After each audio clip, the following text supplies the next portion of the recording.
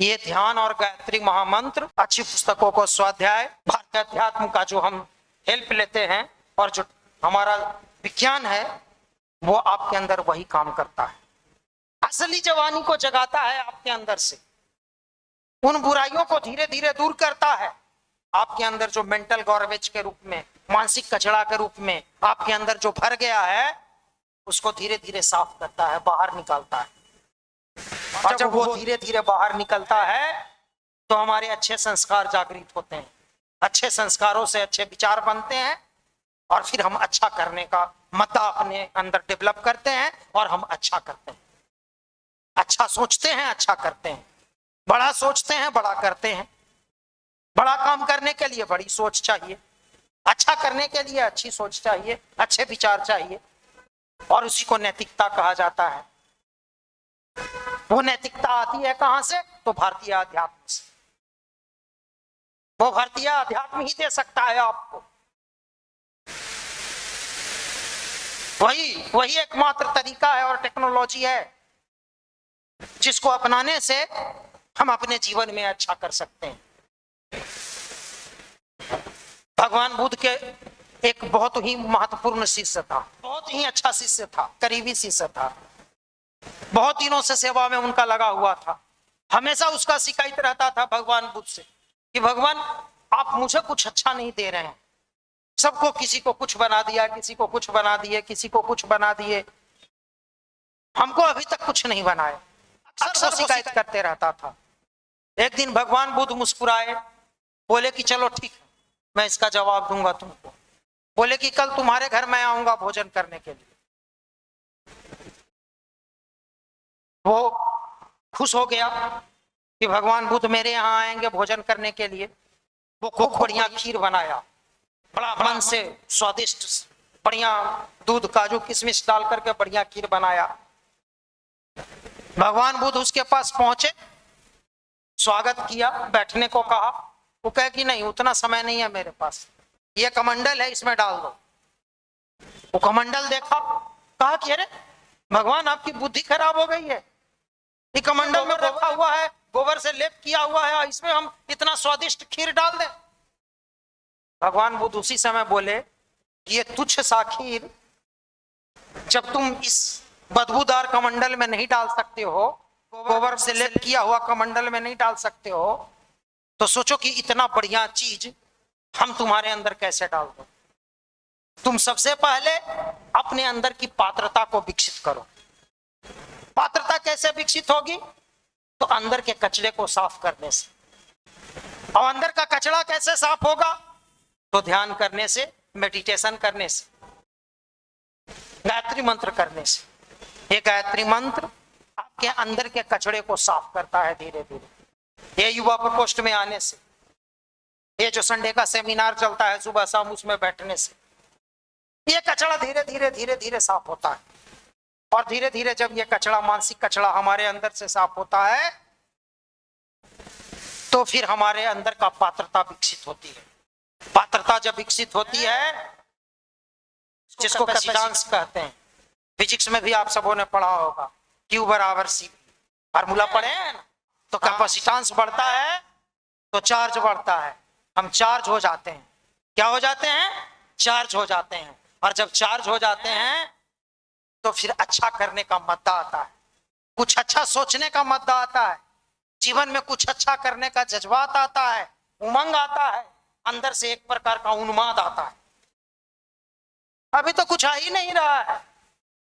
अभी जो हम लक्ष्य लेकर के आए हैं उसके प्रति भी आत्मविश्वास नहीं विकसित हो रहा है कि हम इसको प्राप्त करेंगे कि नहीं करेंगे। जबकि हम देख रहे हैं कि एवरी ईयर, प्रत्येक साल सैकड़ों की संख्या में आईएएस बनता है, वो भी आपके जैसा ही होता है। सैकड़ों की संख्या में बीपीएससी क्वालिफाई करता है, वो भी आपके जैसा ही होता है। सैकड़ों की संख्या में एसएससी क्वालिफाई करता है, बैंक में जाता है, रेलवे में जाता है, डॉक्टर्स बन रहा है, नीट क्वालिफाई कर रहा है, जेई क्वालिफाई कर रहा है। आप क्यों नहीं कर रहे हो? और नहीं कर रहे हो और करने का मद्दा भी नहीं आ रहा है, करने का जोश भी नहीं आपके अंदर आ रहा है, कॉन्फिडेंस भी नहीं उस प्रकार का आ रहा है कि हाँ हम भी कर सकते हैं। क्यों नहीं कर सकते हो? अभी अभी तो मैंने कहा कि आपके अंदर तो वो अतीन्द्रिय क्षमता है, वो सारा कुछ है आपके अंदर, आप वो हर कुछ कर सकते हो, वो सब कुछ कर सकते हो। अभी अभिषेक जी बता रहे थे कि वो कैंसर पीड़ित लड़का इतना बड़ा कैंसर का संस्थान खड़ा कर दिया। तो आप तो शरीर से स्वस्थ हो, फिजिकली फिट हो, क्या दिक्कत है? तो मेंटली अनफिट है, मानसिक रूप से अस्वस्थ है। और मानसिक रूप से, फिजिकल रूप से जब व्यक्ति बीमार पड़ता है तब तो डॉक्टर और हॉस्पिटल एक से एक पटना में स्टार कैटेगरी का खुला हुआ है, स्टार क्वालिटी का, एक से एक डॉक्टर भरे पड़े।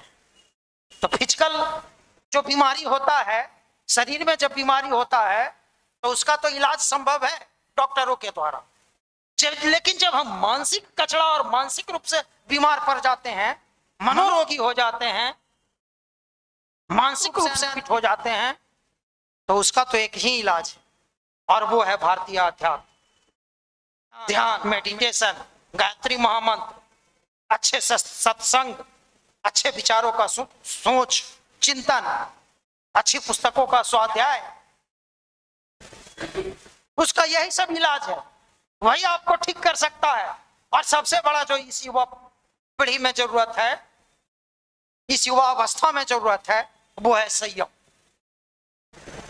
संयम वो सारा का सारा एनर्जी को, जो वाइटल एनर्जी है आपके अंदर, आंतरिक उस प्रकार का ऊर्जा जिसके बूते आपके अंदर जोश आ सकता है, जज्बात आ सकता है, उन्माद आ सकता है, जो कुछ अच्छा सोचवा सकता है, आपको अच्छे विचारों को उत्पन्न कर सकता है, अच्छा मौलिक चिंतन विकसित कर सकता है, वो धीरे धीरे छिद्रों से निकलते जाता है। कई प्रकार के छिद्र हैं आपके अंदर, उन सब छिद्रों से धीरे धीरे निकलते जाता है। अब वो जब सब निकल जाता है तो कुछ बचता ही नहीं, कुछ अच्छा सोच ही नहीं पाते हैं, भयभीत हो जाते हैं, फ्रस्ट्रेटेड हो जाते हैं, डिप्रेस्ड हो जाते हैं, अच्छा सोचने का जज्बात नहीं आ पाता, अच्छा सोच ही नहीं पाते हैं, उल्लास ही नहीं रहता है, उन्माद ही नहीं रहता है। मेरे मित्रों, जीवन में सफल होने के लिए हमें फिजिकल रूप से भी अनुशासित होना पड़ेगा और मानसिक रूप से भी अनुशासित होना पड़ेगा।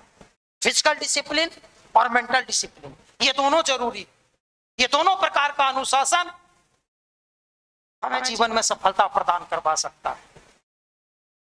जब तक ये दोनों प्रकार का आपके पास अनुशासन नहीं रहेगा, आप फिजिकल रूप से डिसिप्लिन नहीं रखेंगे, संयमित जीवन नहीं जिएंगे, संयम नहीं अपनाएंगे, दुर्व्यसनों का शिकार रहेंगे, उल्टे पुल्टे चीजों का शिकार रहेंगे, आप उसी प्रकार का महत्वपूर्ण ऊर्जा को अपने अंदर से गवाते रहेंगे।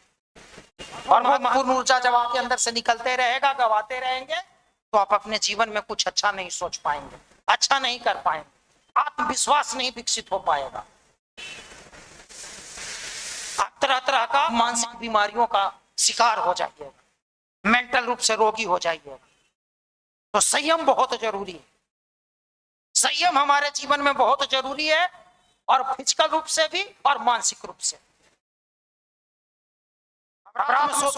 सोते सोते सोते सोते युवा पीढ़ी कहां से कहां तक पहुंच जाता है, कहां से कहां तक पहुंच जाता है, एक से एक घटिया सोच को पालते पालते कहां तक पहुंच जाता है जिसकी कोई कल्पना नहीं कर सकता है।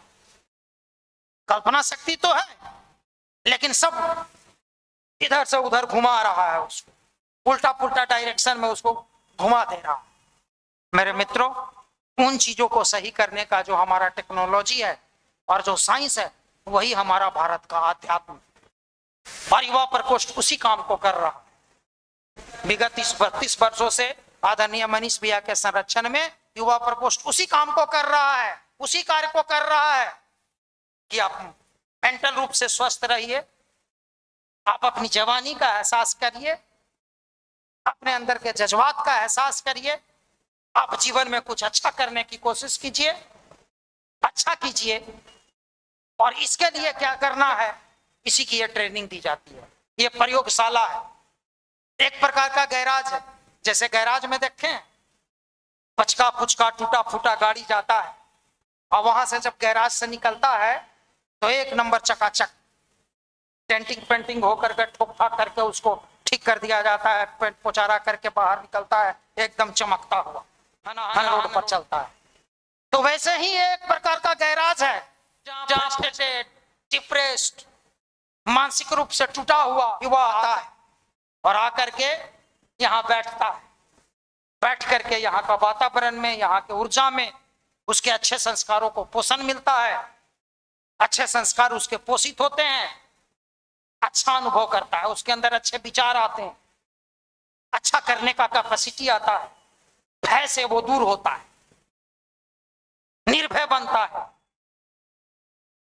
संयमित जीवन जीने की कला सीख जाता है, अच्छा करने की कला सीख जाता है और अच्छा करने लगता है धीरे धीरे। और ऐसा हमारे यूवर कोस्ट में सैकड़ों की संख्या में एग्जाम्पल्स जो यहाँ आए हैं, पहले कुछ और थे और आज के डेट में कुछ और है, और जहां भी हैं उनका व्यक्तित्व एक अलग तरह का चमकता है।